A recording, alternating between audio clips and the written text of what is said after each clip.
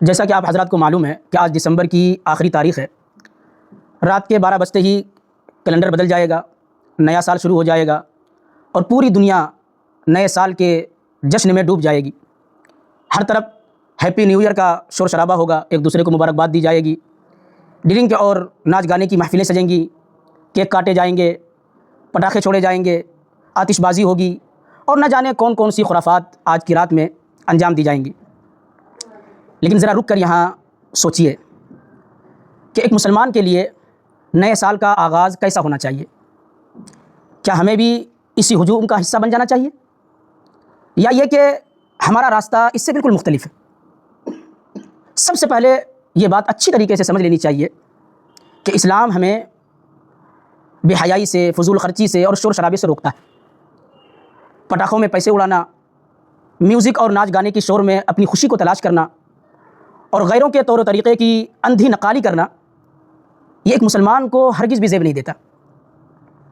یاد رکھیں، جو خوشی اللہ اور اس کے رسول صلی اللہ علیہ وسلم کی ناراضگی کا سبب بنے، وہ در حقیقت خوشی ہے ہی نہیں. وہ تو دنیا اور آخرت کی بربادی کا سامان ہے.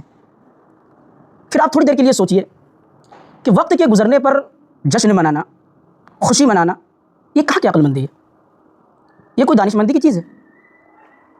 ہر نیا سال، ہر آنے والا لمحہ ہمیں یہ پیغام دیتا ہے، ہمیں یہ بتلاتا ہے کہ ہماری زندگی کا ایک سال ختم ہو چکا ہے اور ہم موت کے اور قبر کے ایک سال قریب ہو چکے ہیں. نئے سال کے آغاز میں مسلمانوں کو 3 کام ضرور کر لینے چاہیے. پہلا کام ہے محاسبہ، کہ ہم تنہائیوں میں بیٹھ کر اپنے گزرے ہوئے سال کا جائزہ لیں کہ پچھلے 365 دنوں میں ہم نے کتنے اچھے اور نیک کام کیے ہیں اور کتنے گناہوں کا ہم نے ارتکاب کیا ہے، کہاں کہاں ہم نے اللہ کو راضی کیا ہے اور کتنی جگہوں پر ہم نے خود اپنے آپ کو دھوکہ دیا ہے. دوسرا کام ہے توبہ. پچھلے سالوں میں ہم سے جو غلطیاں ہوئی ہیں، کوتاہیاں ہوئی ہیں، ہم ان پر سچے دل سے اللہ رب العزت والجلال سے توبہ کریں، معافی مانگیں.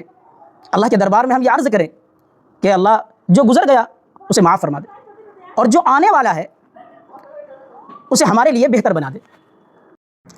اور تیسرا کام ہے عزم اور پختہ ارادہ، کہ ہم سب مل کر یہ طے کریں کہ 2026 کا جو سال آنے والا ہے، یہ نیا سال ہم اللہ اور اس کے رسول صلی اللہ علیہ وسلم کی اطاعت و فرما برداری میں گزاریں گے. نماز کی پابندی کریں گے، اپنے اخلاق، اپنے کردار اور کیریکٹر کو درست کریں گے، کسی پر ظلم نہیں کریں گے، کسی کا دل نہیں دکھائیں گے اور حلال روزی کمانے کی بھرپور کوشش کریں گے.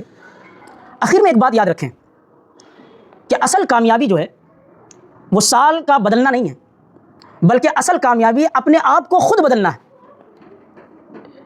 اللہ تعالیٰ یہ نیا سال ہمارے ملک کے لیے بلکہ پوری امت مسلمہ کے لیے عافیت، سکون، راحت اور ہدایت کا ذریعہ بنا دے.